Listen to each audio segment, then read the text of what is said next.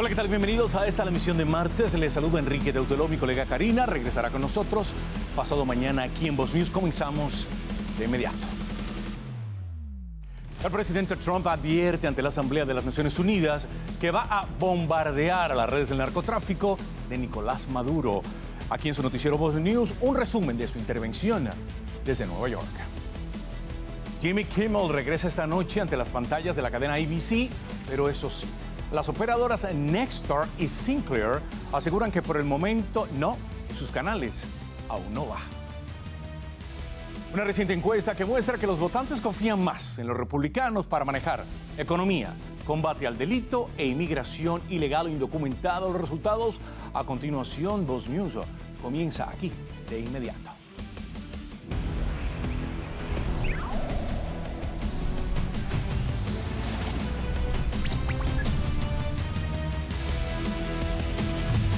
Y lo hacemos de la siguiente manera. Comenzamos ubicados en Nueva York, donde la mirada mundial sigue atenta a la situación en Venezuela. En medio de la Asamblea Anual de las Naciones Unidas, el periodo 25-26, el presidente Trump advirtió sobre drásticas medidas contra los narcocarteles y también criticó básicamente a organismo internacional, a ese donde está básicamente la reunión llevándose a cabo por su, lo que llamó, permisividad en temas de inmigración ilegal. Juan Esteban Silva nos informa desde la sede de las Naciones Unidas allí en la Gran Manzana. Televidentes de Voz News, los saludo desde la edición 80 de la Asamblea General de Naciones Unidas aquí en la ciudad de Nueva York.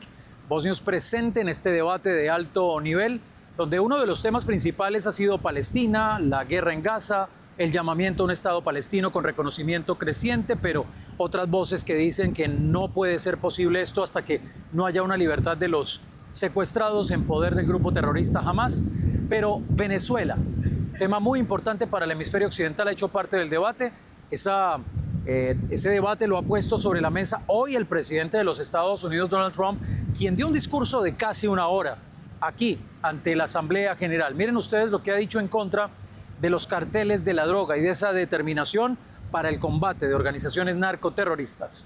To protect our citizens, I've also designated multiple savage drug cartels as far as and you see this, and you see it happening right before your eyes. Let's put it this way, people don't like taking big loads of drugs in boats anymore. There aren't too many boats that are traveling on the seas by Venezuela. They tend not to want to travel very quickly anymore. And we've virtually stopped drugs coming into our country by sea. We call them the water drugs. They kill hundreds of thousands of people. I've also designated multiple savage drug cartels as far as foreign terrorist organizations, along with two bloodthirsty transnational gangs, probably the worst gangs anywhere in the world, MS-13 and Tren de Aragua. El presidente dedicó buena parte de su discurso a criticar a la Organización de Naciones Unidas por lo que para él es permisividad. The United Nations is funding an assault on Western countries and their borders. In 2024, the UN budgeted $372 million in cash assistance to support an estimated 624,000 migrants journeying into the United States. Think of that. The UN is supporting people that are illegally coming into the United States, and then we have to get them out. Y no podría faltar, por supuesto, televidentes de Voz News, el momento de algo de humor y de tensión. El presidente Trump se quejó de las fallas del teleprompter mientras estaba hablando, se detuvo y, por supuesto, también aprovechó para decir que había fallado la escalera en la que había llegado a el recinto en el que finalmente dio su discurso. Miren ustedes este momento tan curioso de la edición 80 de la Asamblea de Naciones Unidas. And I don't mind making this speech without a teleprompter, because the teleprompter is not working. I feel very happy to be up here with you nevertheless, and that way you speak more from the heart. I can only say that whoever's operating this teleprompter is in big trouble. El presidente también se reunió con el secretario general Antonio Guterres, hizo lo mismo con el presidente Volodymyr Zelensky y el presidente de Argentina, Javier Milei. El presidente Trump, de hecho, respalda la posibilidad de una reelección para Javier Milei. Por supuesto, Voz News seguirá muy atento desde Nueva York a lo que ocurre en este debate de alto nivel de Naciones Unidas. Es la información desde Nueva York. Juan Esteban Silva. Bueno, Ucrania, paz, seguridad, Gaza, sostenibilidad. Puntos asiduos o actualizados que cada año en la Asamblea Anual de las Naciones Unidas esta semana se escuchan y de hecho ha arrancado ya en Nueva York como digamos planeamiento para los próximos 12 meses. Natalia Molano es portavoz para el Departamento de Estado y además es su directora de medios para América Latina. Natalia, buenas tardes. Estás ubicada ahí en East Manhattan, al otro lado de la ciudad. Y bueno, básicamente estás esta tarde con nosotros. ¿Con qué agenda, digamos, de prioridades, ahora que estás ahí ante la sede de las Naciones Unidas, llega el canciller Rubio a la Asamblea neoyorquina? Puntos vitales, digamos, quizás que podrían destacarse. Bueno, esta mañana toda la atención estuvo con el presidente Trump y su discurso de esta mañana. Fue un discurso bastante largo, pero muy interesante. Y lo vimos en su pleno, ¿no? En su pleno espíritu, como él es muy transparente, muy pragmático, habla muy directamente a cualquier audiencia, ya sea una audiencia nacional o como en este caso esta mañana, una audiencia internacional, una sala llena de líderes internacionales. Y su mensaje fue: la acción es lo único que va a resolver los conflictos en el mundo.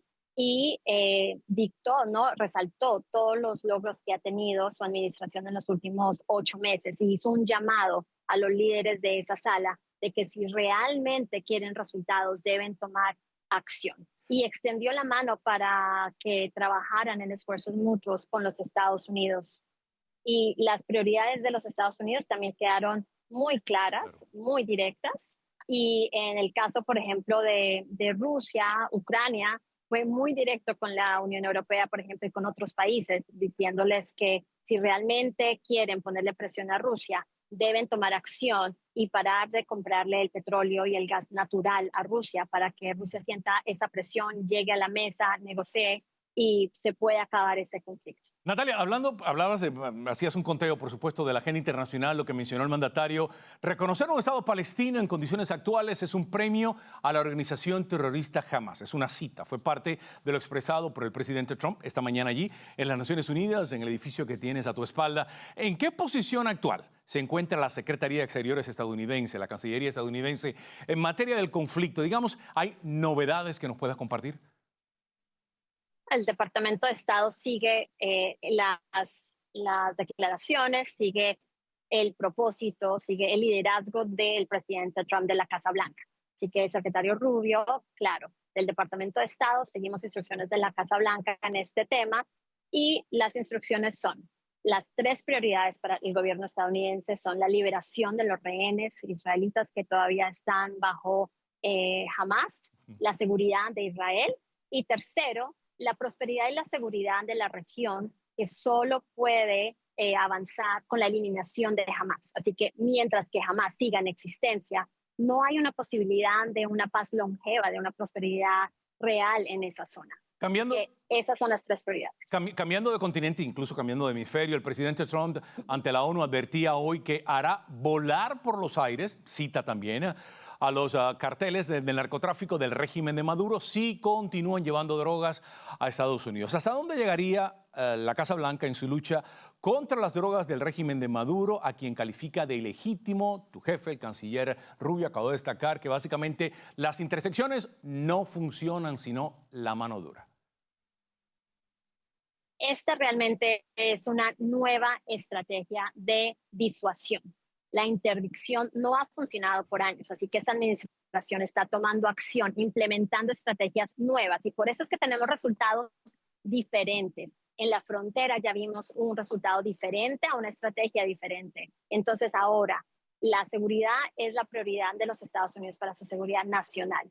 Estamos viendo ahora el tema del flujo de drogas ilícitas por el Caribe. Estamos tomando acción. En la Casa Blanca activó su poder militar para este problema y está implementando esto porque ve que las drogas son una amenaza para los ciudadanos estadounidenses. Entonces, estamos viendo ya que esta estrategia de disuasión con este poder militar ya hemos visto los resultados en las últimas semanas. Ya hay menos botes con drogas dirigiéndose a los Estados Unidos. para amenazar a los estadounidenses. Asimismo, y ante la cadena a CBS, Natalia, el canciller Rubio afirmaba que las operaciones en aguas cercanas a Venezuela, como decías, continuarán activas, siendo que el cartel de los soles es una amenaza constante para Estados Unidos y que, como decías, como reafirmabas en las palabras del canciller Rubio, las intercepciones no funcionan. Por su parte, estas declaraciones han tenido también muy cerca del sur de la Florida repercusión en la isla de Cuba. El canciller cubano, Bruno Rodríguez Parrilla, reaccionó y dijo básicamente que el canciller Rubio es un criminal, que es un fraude, que ni siquiera nació en Cuba. Él tampoco nació en Cuba a propósito. De alguna manera, ¿cuál es la visión actual? Y hay personas que preguntan, mi familia me pregunta, ¿por qué nos preocupamos de Venezuela? ¿Para cuándo Cuba? O preguntas muy personales que constantemente me hacen en mi carrera de periodista. Bueno, vimos desde el comienzo de esta administración que el hemisferio occidental se hizo una nueva prioridad para el Departamento de Estado. Y hemos visto muchas políticas anunciadas, e incluso el tema de Cuba ha sido una prioridad para ese secretario de Estado, Marco Rubio. Y ya no estamos ignorando lo obvio. Sabemos que los regímenes de Cuba, Venezuela y Nicaragua son enemigos de la humanidad, como lo dijo el secretario de Estado Marco Rubio, y por ende estamos enfocados en estos desafíos de la región. Pero de nuevo, Estados Unidos no puede ser el único. Estamos instando a que más socios, por lo menos del hemisferio, se unan a estos esfuerzos y hagan lo mismo que estamos haciendo, declarando lo obvio, las detenciones de prisioneros políticos en Cuba. Estamos dándole visibilidad. Estamos hablando sobre estas supuestas misiones médicas de Cuba, que son realmente trabajo forzado. Y tomamos acciones.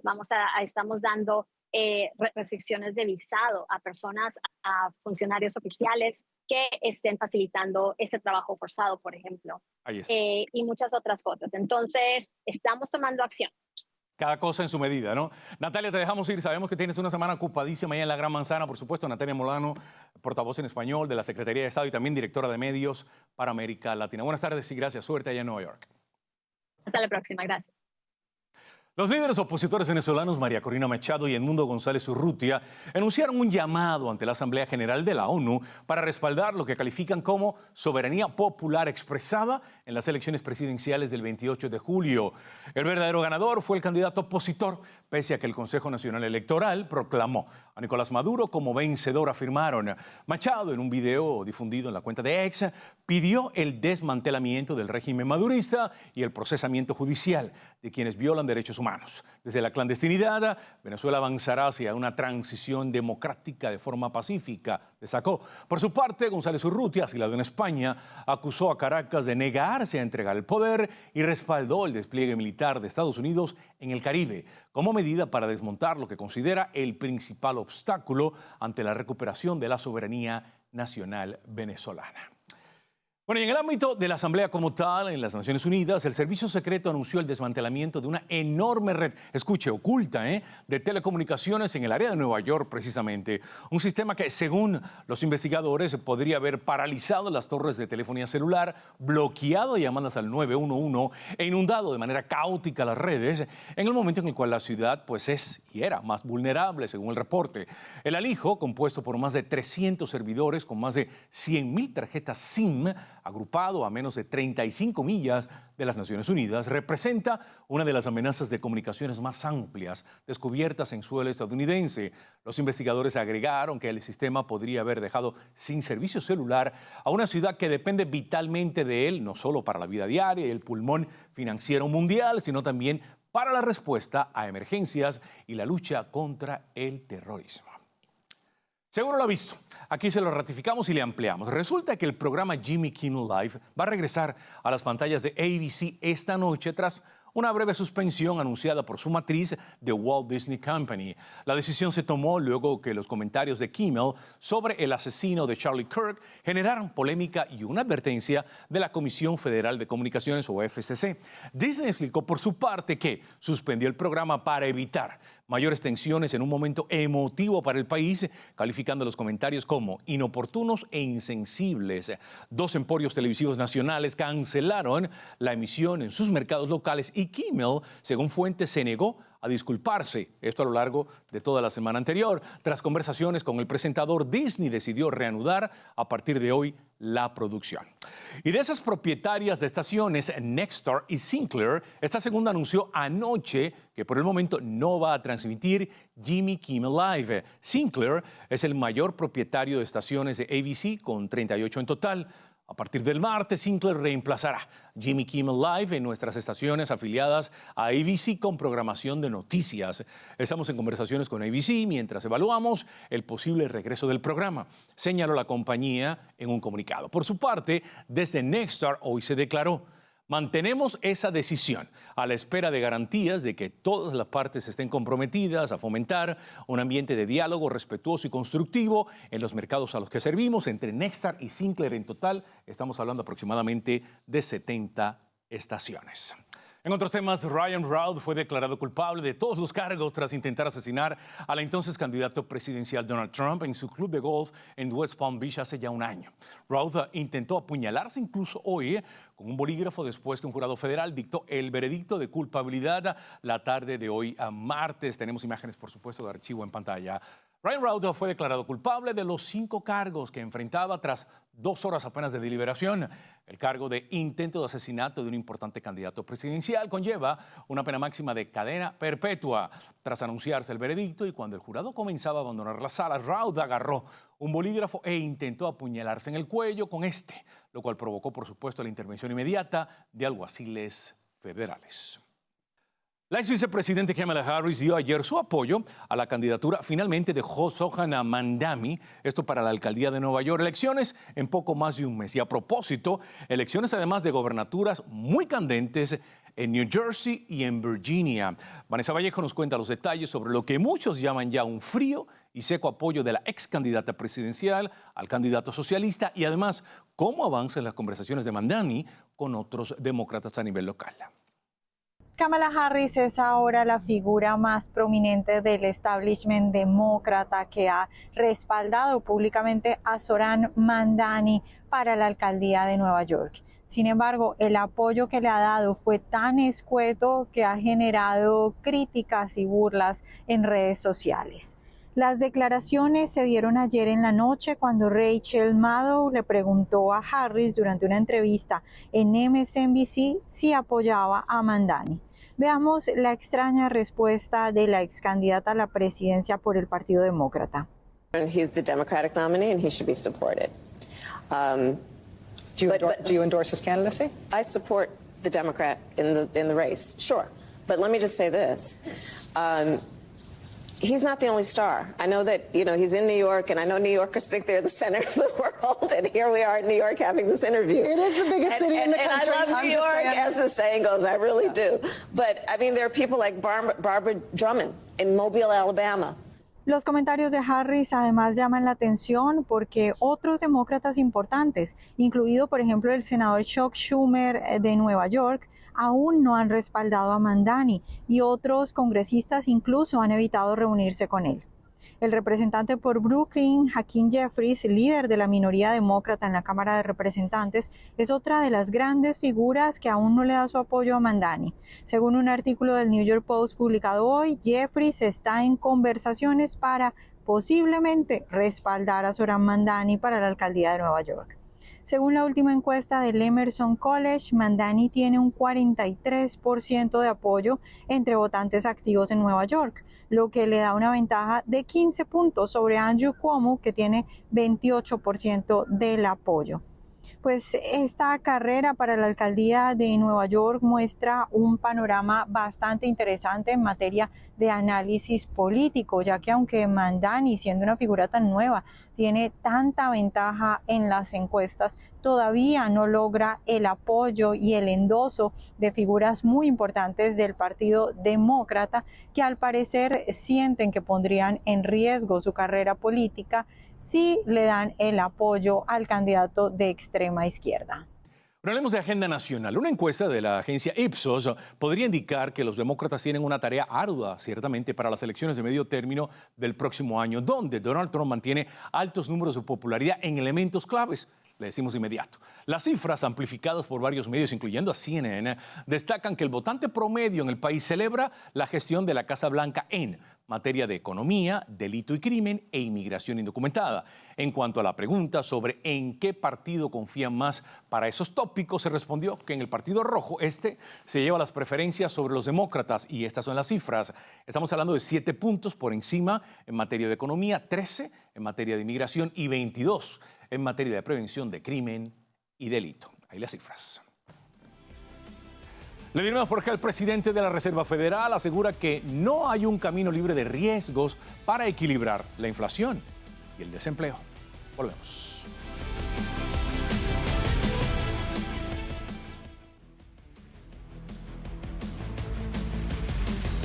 Estamos de vuelta. El Departamento de Seguridad Nacional publicó información sobre personal con antecedentes penales detenidos en el centro Broadview del Servicio de Migración y Control de Aduanas ICE, esto en Illinois. La semana pasada, varios manifestantes intentaron obstruir la entrada y salida de ese centro de detención. De hecho, lanzaron latas, piedras, botellas, incluso pirotecnia, según explicaba el comunicado federal. Ante esto, las autoridades federales publicaron una lista de algunos de los detenidos en ese centro, entre ellos, para que usted confirme su pasado criminal. Por ejemplo, Salvador Alcántara, un inmigrante indocumentado mexicano, fue arrestado previamente por conducir bajo los efectos del alcohol, por allanamiento y por agresión. Alberto Argelia Barrón, también de México, indocumentado, fue deportado, debo decir, previamente en el año 2014. Ese delincuente fue condenado por agresión doméstica 2 veces. Carlos Eduardo Chávez Cárdenas, boliviano, con estatus ilegal en Estados Unidos, anteriormente había sido condenado por conducir bajo los efectos del alcohol y también por posesión de drogas. Erwin José Roa Mustafa, de República Dominicana, indocumentado, culpable en un caso de cargos federales de conspiración e intento de distribuir una sustancia controlada. También Ibis Alberto Testa Núñez, indocumentado, mexicano, arrestado previamente por agencia DEA por posesión de cocaína y posesión con intención de distribuir. Otro nombre, Andrés Ventura Ubaldo, indocumentado, mexicano, fue arrestado previamente por un delito grave de conducir bajo los efectos del alcohol y además violencia doméstica. Hablemos de bolsillo, hablemos de economía hogareña. El presidente de la Reserva Federal, Jerome Powell, hoy advirtió que recortar más las tasas de interés y hacerlo demasiado rápido podría significar que la inflación se mantenga elevada.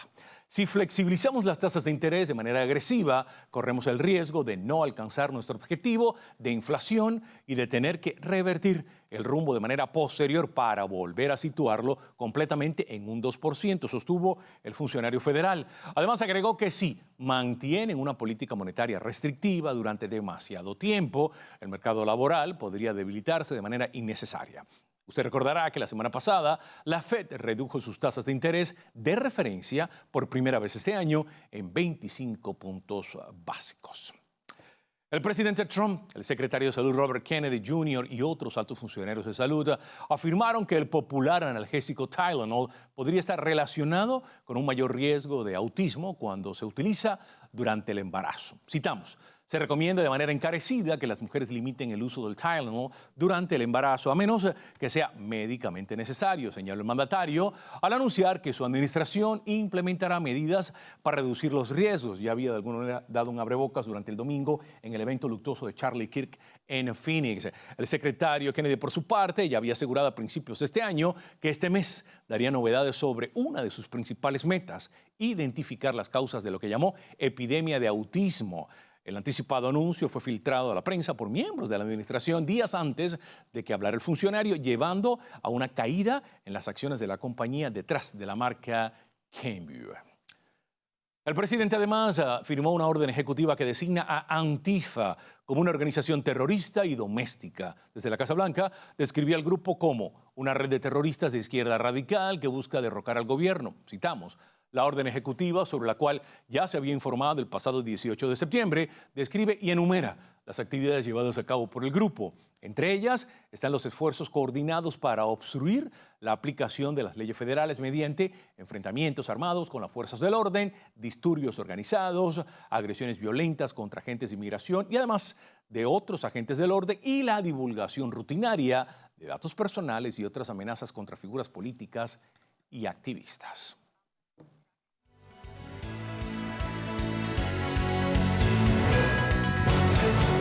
Al hemisferio sur, la Fiscalía brasileña imputó al diputado, ahora en el exilio, Eduardo Bolsonaro, por coacción, debido a presuntas maniobras para impulsar, a decir del ente judicial, sanciones de Estados Unidos contra funcionarios de Brasil que participaron en el juicio por golpismo contra su padre, el expresidente Jair Bolsonaro.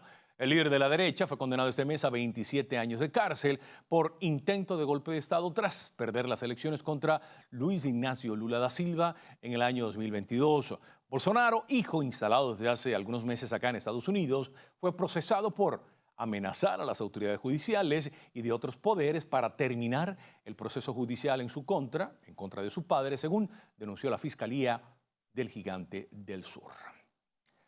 Y hablando de otro sur, ahora es en China. Allí hoy se paralizó, digamos, esa parte de la nación ante la llegada del supertifón Ragasa, calificado por las autoridades de Hong Kong como grave amenaza, comparable a las tormentas más destructivas en la historia reciente. Ragasa ya causó al menos 2 muertos, derribó árboles, arrancó techos al embestir el norte de Filipinas, donde miles de personas buscaron refugio en escuelas y en centros de evacuación. Según el Servicio Meteorológico de Hong Kong, Ragasa avanza en dirección oeste con vientos máximos de 205 kilómetros por hora. Las autoridades climatológicas de la ciudad semiautónoma china emitieron la alerta T8, que es el tercer nivel más alto de tifón, por lo cual el transporte quedó suspendido, los comercios cerrados a cal y canto. Al norte de Hong Kong, la ciudad china de Shenzhen, allí se ordenó la evacuación de al menos 400,000 personas. Luego de la pausa venimos con nuestro panel. Muchísimos temas hoy candentes de los cuales hablar, de los cuales tratar aquí. Su noticiero de Voz continúa. No se vaya, no se mueva. Regresamos segunditos nomás.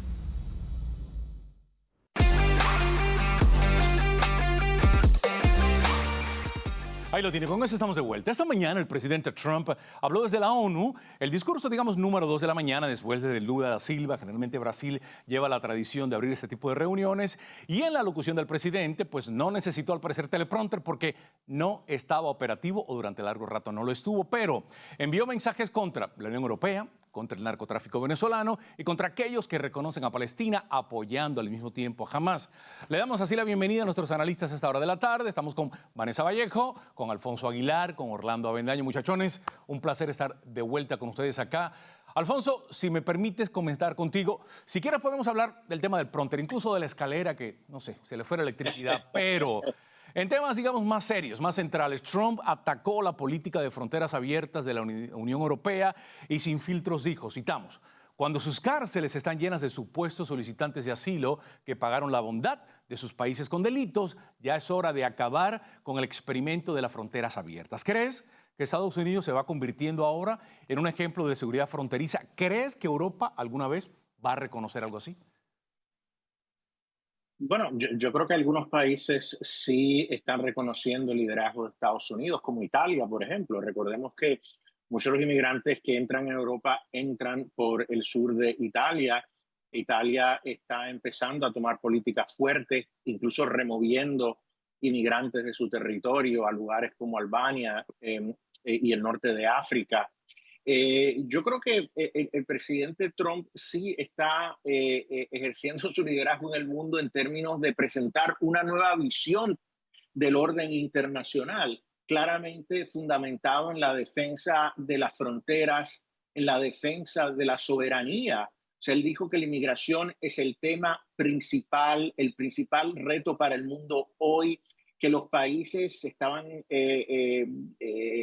dijo en inglés, going to hell, yendo a ya tú sabes dónde, y que Estados Unidos era un ejemplo para estos países. Él dijo que él estaba haciendo un muy buen trabajo para atender estas situaciones, mientras que estos países no estaban atendiendo estos grandes retos. O sea que yo creo que sí, que él en este discurso propuso el modelo de los Estados Unidos para el resto del mundo, claro, fundamentado en el respeto a las fronteras y de la soberanía. Y al mismo tiempo cuestionó la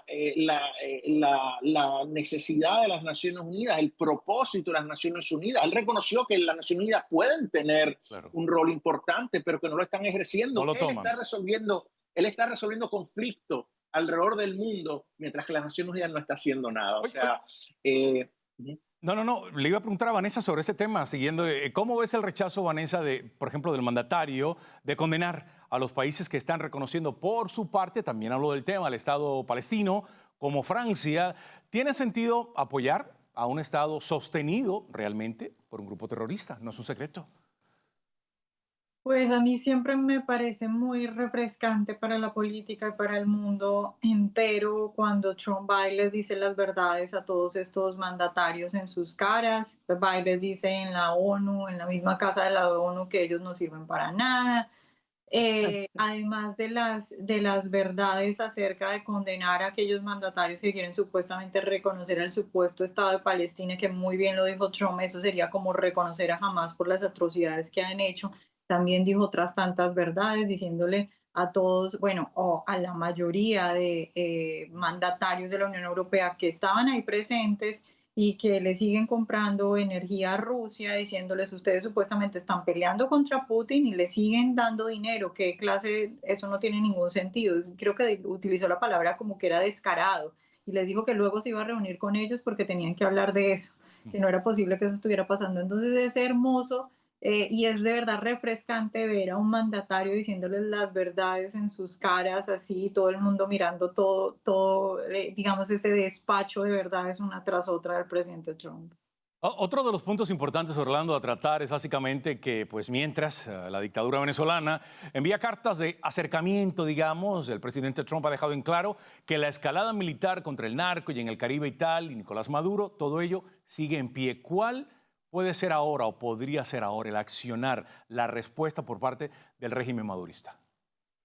Es gracioso. Ayer en la noche, Maduro, en una entrevista, estaba diciendo que él le iba a seguir enviando cartas a Trump sin importar que Trump lo ignorara. No fue literalmente lo que dijo.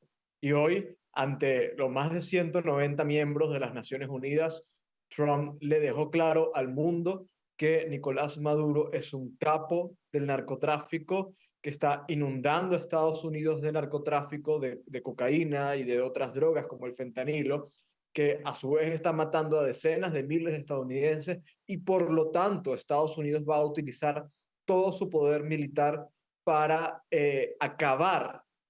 sacar de la existencia a estos cárteles de narcotráfico. Yo creo que el mensaje es bastante rotundo, lo dijo en su discurso de las Naciones Unidas, que es probablemente el discurso más importante que ha dado Trump este año. Yo creo que luego de su discurso de inauguración, un discurso magistral, sin duda alguna, a la altura de las circunstancias, a la altura de las pretensiones de Trump para el mundo, que es un poco reorganizar completamente a las naciones, las invita a cuidar su identidad, a resguardar su cultura, y en esa invitación pueden tener, si la aceptan, a Estados Unidos como un aliado.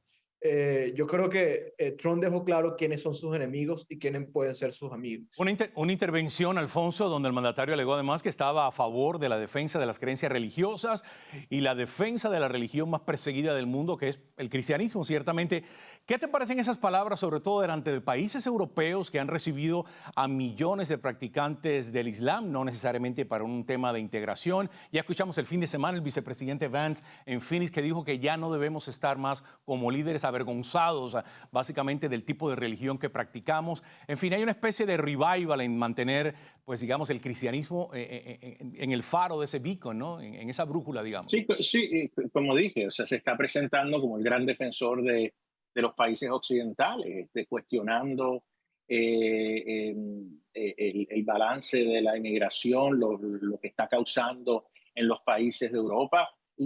Y es muy oportuno porque estamos viendo lo que está pasando en las calles de Milán, por ejemplo, manifestaciones de musulmanes que no están contentos porque el gobierno italiano de Meloni no ha querido reconocer el Estado de Palestina.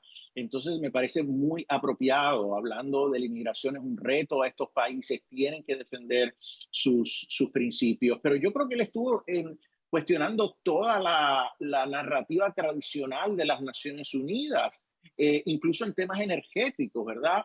Las Naciones Unidas se enfoca exageradamente en el tema del cambio climático y él dijo que eso es totalmente falso, cuestionó el valor de la energía razonable diciendo que no es efectiva y que es sumamente cara.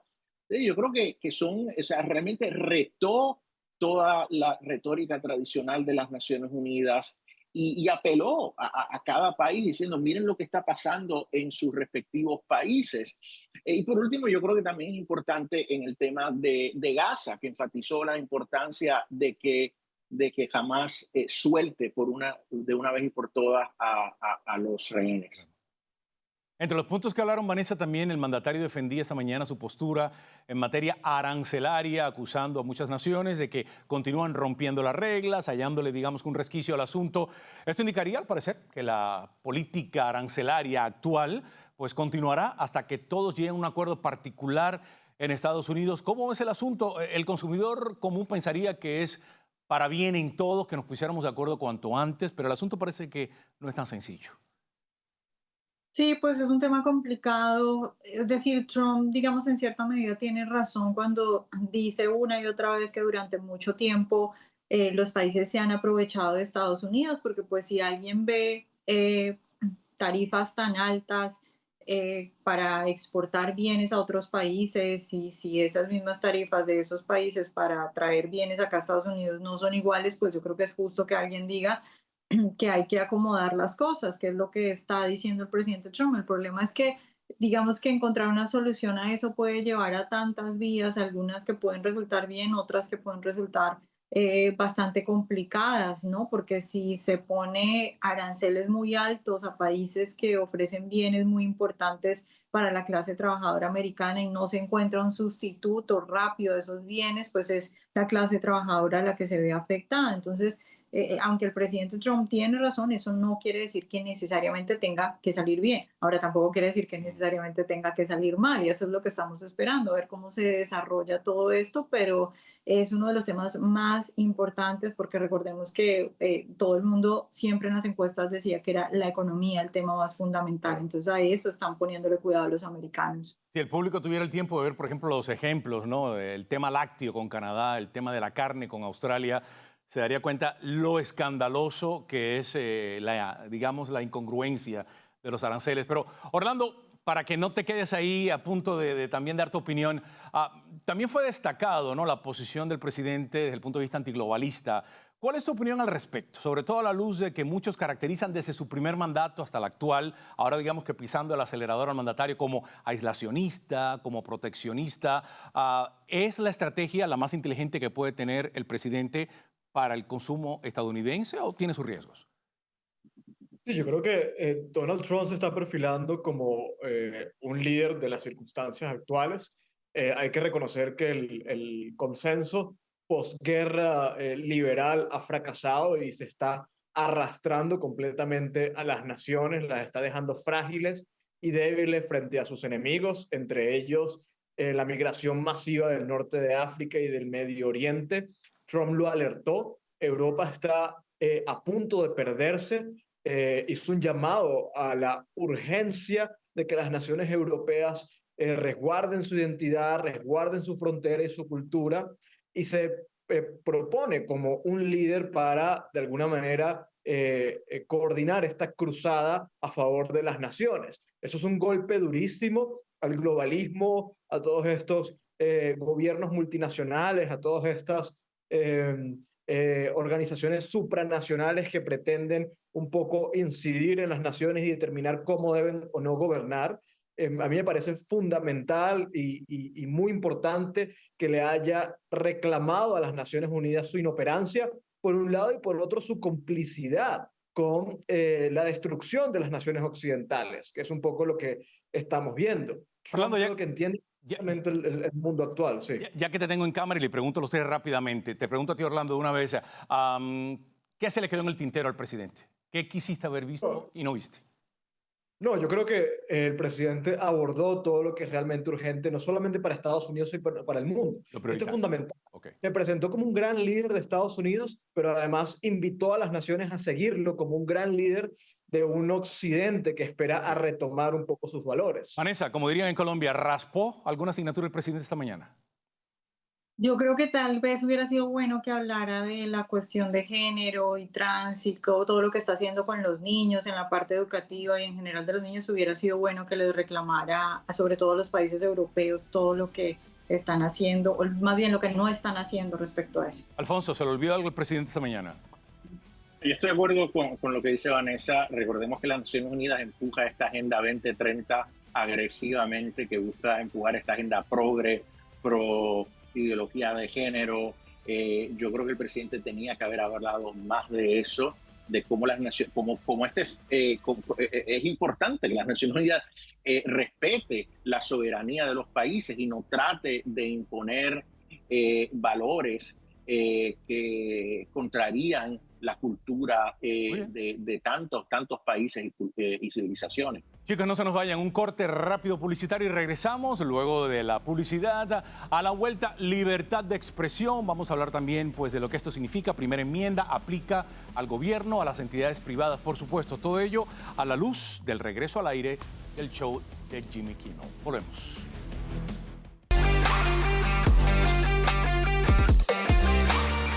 Estamos de vuelta a la libertad de expresión, la primera enmienda, un derecho que aplica directamente para la protección popular de la población contra posibles persecuciones por opinión de los estados o del Estado. Ahora, cuando hablamos de entes privados, particulares, no aplica de manera, digamos que, obligatoria. Aunque la compañía Disney comunicó anoche que Jimmy Kimmel Live, el show, volvería al aire esta noche, tanto Nexstar como Sinclair, ambas compañías que tienen a ABC en varias de sus estaciones, unas 70, señalaron que por ahora no volverá al aire en sus mercados. Ni la FCC ni el gobierno federal, pues básicamente tienen ningún mandato sobre este tipo de decisión, han declarado desde la Casa Blanca. Seguimos con nuestros analistas a esta hora de la tarde, ya anocheciendo. Alfonso, ¿crees que si ya es decisión de los entes privados, quienes dejan por iniciativa propia el show de Kimmel, podemos hablar de libertad de expresión o de libertad sobre propiedad privada para poderlo manejar como los directivos quieran? Mejor dicho, hay una línea fina entre lo que debemos, lo moral, lo legal, en fin. Es que realmente aquí no hay un problema de libertad de expresión. Esto es un tema de libre mercado, ¿verdad? Y si tu programa nadie lo ve, como el de Kimmel, porque es un programa... él es un activista de izquierda y además supuestamente un show de comedia, pero no es gracioso. Quien lo quiere ver, nadie lo quiere ver. Entonces, aparte de eso, hace el comentario que hizo los otros días, que es insultante y que es una mentira total. Pues yo entiendo que está bien que estas compañías tomen esa decisión. La libertad de expresión tiene consecuencias, ¿verdad? Y yo creo que está bien que se resuelva de esta manera. ABC también tiene el derecho. Si ellos quieren ceder a la presión del Hollywood de extrema izquierda, claro, pues que lo hagan. Pero aquí tenemos ya 70 mercados que no van a pasar el programa. Yo creo que eso es extraordinario. Que esto se resuelva a través del libre mercado, respondiendo a los intereses de la audiencia. Yo creo que eso es lo importante. Lo que no puede pasar aquí, y es lo que yo he criticado en el pasado, es la intervención de Brendan Carr, el presidente de la Comisión Federal de Comunicaciones, opinando sobre el tema. Esto no es un asunto en el que tiene que intervenir el gobierno, porque eso sí pudiera ser algún tipo cuando interviene el gobierno, una limitación de la libertad de expresión. No hay necesidad que lo haga. El público ya ha estado expresando que no le gusta este programa. Entonces, me parece bien que se resuelva de esta manera. Vanessa, ¿quién gana aquí? Si es que hay, digamos, un ganador. ¿Crees que los bajos números, ya escuchabas a Alfonso, de Kimmel, también influyeron en la decisión? En su momento, recordemos, eran millones. Ahora, 260,000 en cifras. 2.4 millones hace 10 años, 1.5 millones el año pasado y ahora apenas 260,000, digamos, televidentes en su show. Ya veremos esta noche si de pronto Kimmel logra ganar, ¿no? Porque cuando uno tiene los números tan bajos, pues cualquier cosa es ganancia. De pronto esa era su última apuesta desesperada cuando ya tienes durante tantos años cayendo y ya no hay nada, o sea, ya del piso no puedes pasar. Pues seguro él dijo, voy a decir algo bien loco y bien que enoje a todo el mundo a ver si subo un poquito, ¿no? De pronto él dijo, yo no tengo ya nada que perder acá. Entonces veremos a ver si de pronto esta noche, pero en todo caso, si de pronto esta noche logra subir en algo, que no es tampoco difícil cuando no tienes nada, ya digo, eso no va a ser algo, digamos, de largo plazo. Entonces, a largo plazo yo creo que él simplemente pues, está mal, a no ser de que cambie y que tome otra posición completamente diferente en cuanto a la manera de abordar las cosas. Yo creo que simplemente está por ahora mal y ya. Orlando, ¿qué te parece, digamos, la narrativa de los críticos? ¿Hay algo en lo que de alguna manera van llevando la razón? Llámense descontentos, progresistas, liberales, de hablar de censura en este caso. Y ojo, que si vamos a las redes se leen comentarios a favor de Kimmel, de conservadores, de independientes, de libertarios, en contra de la decisión de ABC, de Disney. No, es una decisión completamente legítima y cada empresa puede decir quién trabaja para sí, quién no y qué show, en este caso, pues mostrar al aire. Mira, Alfonso se va a burlar de mí, pero yo era seguidor tremendo de los Late Show, sobre todo por David Letterman. Yo también. Una vez llegué a ver a Kimmel en vivo, ahí en el estudio en Broadway, y debo decir que ha sido una de las cosas más aburridas que he visto en mi vida. Terrible. Kimmel es verdaderamente patético, no solamente por ser un activista de izquierda, que bueno, al final todos lo son, sino porque es genuinamente malo. A mí me sorprende que a estas alturas ya no lo hayan cancelado y claramente, como dice Vanessa, esto es un intento de última hora de Kimmel de tratar de revivir su programa con una polémica, con una controversia que al final ojalá le salga mal, pero esto no tiene nada que ver con la libertad de expresión. La audiencia tiene el derecho de cambiar el canal, ver otro programa y en ese sentido las compañías tienen el derecho de cancelar esos shows cuyas audiencias les han dado la espalda. No, y luego, Enrique, déjame añadir, adelante, Alfonso. Para que Orlando no cree esta impresión de que yo soy poco cool. Yo crecí viendo Johnny Carson. Los últimos 10 años que él estuvo a la cabeza del Tonight Show, me encantaba y me encantaba también Jay Leno. Y en cierto sentido me gusta también Jimmy Fallon, y es que ellos saben, son programas de comedia, pero se burlan de todo el mundo. Es cuando estos artistas se convierten en activistas, que eso molesta a la gente, molesta a la audiencia, porque la gente lo que está buscando es después que han pasado todo un día tan largo escuchando noticias, etcétera, quieren reírse un poco, ¿verdad? Y luego, ¿cómo mantienes unos salarios ultramillonarios cuando en realidad vamos de 2.4 millones a 260,000? Pero bueno, colega, rápidamente, saber que no se transmitirá en los mercados más grandes en Estados Unidos es una sentencia literalmente mortal para el programa de Jimmy Kimmel. ¿Creen que va de salida, mejor dicho? Sí, yo creo que a Colbert lo cancelaron, ¿no? Y no era por expresión, sencillamente porque no tenía la audiencia. Claro. Yo creo que lo iban a cancelar eventualmente. Yo creo que ese es el futuro, ¿verdad? Vanessa, ¿futuro de que así no se mantiene un programa? Sí, yo creo que no tiene futuro. Orlando, ¿lo ves de salida? Sí, a ver, también hay dos factores aquí. La televisión en general está muriendo, pero si además haces mala televisión, pues vas a morir mucho más rápido. Entonces sí, va de salida. Bueno, muy bien. Hay alternativas como el panel de Voz Plus, por ejemplo, que es mucho más entretenido. Entretenido ese. Muy entretenido, además. En otros temas, el representante... Tiene más comedia y humor. Oiga, el representante que nunca usa saco, el judoka Jim Jordan, anunció en su cuenta de X que debido a los esfuerzos de la llamada Comisión de Supervisión, Google se ha comprometido a ofrecer a todos los creadores que fueron expulsados previamente de su plataforma YouTube debido a violaciones de libertad de expresión política, la posibilidad de regresar a la plataforma. Hay que destacar que esto incluye a YouTube, compañía que admitió la presión de la otrora administración Biden por silenciar cuentas con temas delicados, el tema de la computadora laptop, el affair Hunter Biden, las elecciones, las políticas dictadas por el doctor Fauci en tiempos de COVID. Ya recordemos en su momento lo que dijo Zuckerberg también de la presión política. Alfonso, ¿cómo diferenciar esa censura con lo que hace Nexstar o Sinclair con Kimmel? Bueno, porque yo creo que ellos van a estar transmitiendo otra programación neutral, con distintos puntos de vista. Lo de Kimmel es sencillamente que no tiene buenos números y que hizo un comentario muy ofensivo que la gente no lo está viendo.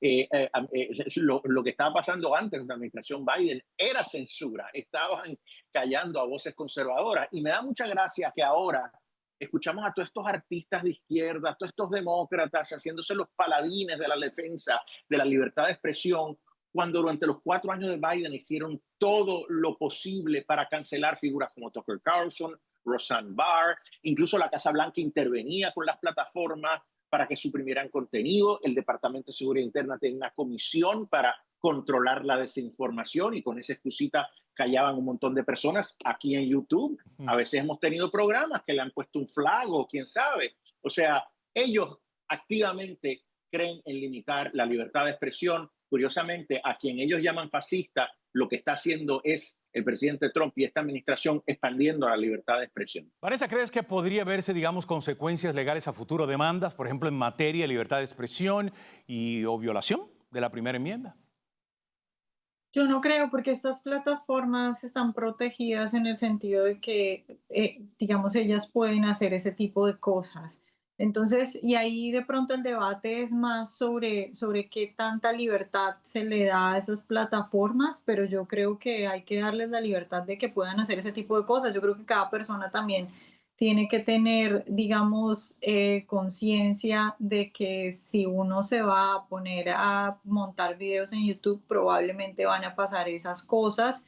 Y pues que hay otras alternativas, ¿no? Que obviamente creo que es lo más fácil es que la gente, y ya ha pasado, es decir, el gran éxito de Twitter, tanta gente yendo a Twitter y Twitter convirtiéndose tan popular es porque la gente entendió que era el lugar menos restrictivo de todas las plataformas que había. Entonces creo que lo más, digamos, efectivo tal vez es esa condena social y es ese la gente moviéndose en la plataforma que más convenga. Orlando, a todas estas, ¿cómo sufre todo este tema o, digamos, sufre algún tipo de consecuencias el periodismo? Una profesión que hoy en día se debate en los terrenos de la información, contra desinformación, la defensa de la verdad y también, por otro lado, propaganda, proselitismo en no pocos casos. ¿Saldrá el periodismo beneficiado o de alguna manera es un cepo que se le ha puesto al asunto? Yo creo que ha venido fortaleciéndose el periodismo en el sentido de que ha surgido el periodismo independiente, un poco apoyado en las redes sociales, en ese sentido, X y lo que ha provocado Elon Musk ha sido fundamental, sobre todo a la luz de que los mainstream media, los grandes medios de comunicación, grandes periódicos, pues han visto en caimiento su prestigio, ¿no? Ha venido menguando muchísimo la influencia y la relevancia que tenía. Una cosa con respecto a lo de YouTube, y porque es diferente a la decisión de Sinclair o la decisión de ABC. YouTube, X, Google funcionaban como un cártel, monopolizaban completamente todo el espacio, no había alternativa a YouTube. Y por otro lado, cuando YouTube toma la decisión de sacar de su plataforma a un usuario, no lo está haciendo con un empleado. No es alguien que trabaja para la compañía y que la compañía, pues obviamente tiene la potestad de prescindir o no de ese contrato. Lo está haciendo en el que se supone que es un ambiente de intercambio libre contra aquellas personas que se han expresado a favor o en contra de determinada posición política o ideológica. Evidentemente, cuando tú no tienes la alternativa de YouTube irte a otra plataforma, es censura. Eso es lo que viene pasando en YouTube, lo que pasaba antes en Twitter y lo que afortunadamente ahora está cambiando. Entonces, eso es lo que viene cambiando. Y recordemos que estas plataformas tienen, como decía Vanessa, una inmunidad de ser demandadas, porque ellas argumentan de que son plazas públicas, de que ellos le dan una oportunidad a todos de expresarse. Entonces, a tu pregunta sobre qué repercusiones legales pudiera haber, bueno, si ellos continuaran censurando, que ya lo están dejando de hacer, pero si regresaran a esa política, pues el Congreso pudiera quitarle esa inmunidad para que puedan ser demandadas. O sea que básicamente el desfile, ¿no? Y cuando digo desfile no lo digo de manera peyorativa, fue en realidad al principio del segundo mandato Trump, de estos grandes honchos, digamos, de las redes, vimos al señor Zuckerberg, también al señor Bezos por la Casa Blanca. De alguna manera era reconocer que estábamos en una buena época o en una nueva época, debo decir, o reconocer que cometimos errores durante los últimos 4 años. Sí, Adelante, Orlando. Se cometieron errores y lo han reconocido. Vanessa. Bueno, yo creo que Trump es muy inteligente y simplemente él no le importa sentarse con gente que de pronto antes se ha intercambiado palabras agresivas cuando le conviene y cuando en este caso le conviene al país, ¿no? Y yo creo que a todos nos conviene tener a estos grandes magnates de las tecnologías trabajando alineados por el bien del país. Entonces creo que sí han reconocido, ya sea porque lo sientan real o porque sintieron algún poco de presión por la nueva administración. Estaremos, como bien dijo Alfonso, vamos a ver si en un futuro, pues cuando vengan estos ciclos políticos electorales en el país, pues de alguna manera pues hay una reinvención sobre cómo se interpreta el contenido que las personas del común pueden publicar o opinar en redes sociales. Muchachones, gracias. Ojalá nos veamos mañana a la misma hora. Muchas gracias. Gracias. Buenas tardes. Bueno, nos hemos llegado al final de esta emisión. Antes de la despedida, queremos invitarle a que se suscriba acá a nuestro canal de YouTube. Estamos en Voz Media. Y recuerde, para no enumerarles una por una, estamos presentes en cada una de las plataformas de las redes que usted puede imaginarse. Allí estamos presentes. Así que le hace clic, nos comenta, nos envía sus comentarios, sus críticas. Más que bienvenidas. Volvemos. Que la pasen muy bien.